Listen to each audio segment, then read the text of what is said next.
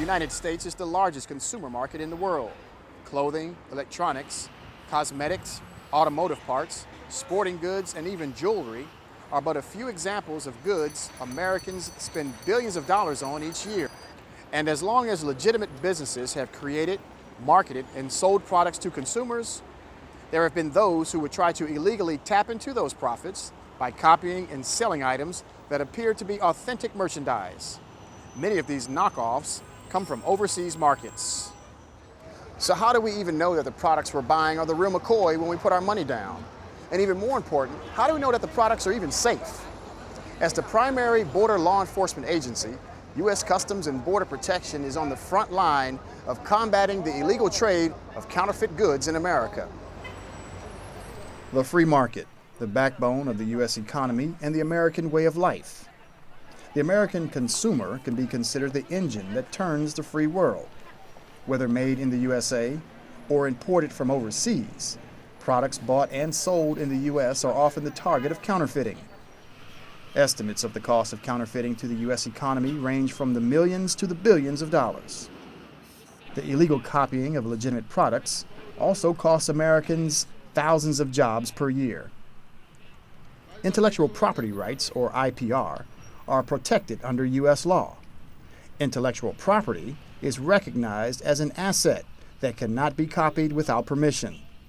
This legal protection is intended to protect not just the profits, but also the quality associated with name brands.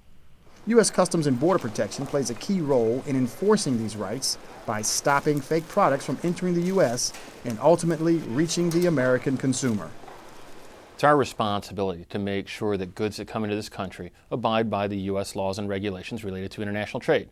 One of those laws, or several of those laws we actually enforce, are to keep those copied goods, those pirated goods, out of this country. CBP fights the trade in fake products by seizing counterfeit and pirated goods at our nation's borders. CBP identifies business practices linked to IPR theft. And CBP works with companies to change those practices, depriving counterfeiters and pirates of their illicit profits. Last year alone, we had over 6,000 seizures that resulted in about 141,000 pieces that came to $3.7 million. Domestic and international trafficking of counterfeit merchandise is a lucrative trade, and profits from counterfeit trading have been known to fund other criminal activities. Using innovative techniques in partnership with the private sector, other U.S. government agencies, and foreign governments, CBP continues to make strides in stopping the flow of counterfeit and pirated products into the United States.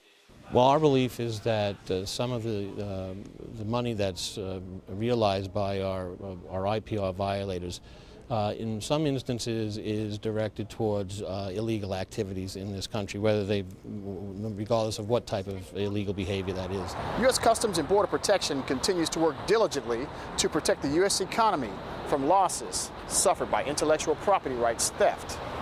In part 2 of this story, you will see how fake products can pose a danger to the consumer and what's being done by CBP to stop the flow of these dangerous products into our country. For Inside CBP, I'm Michael Pope.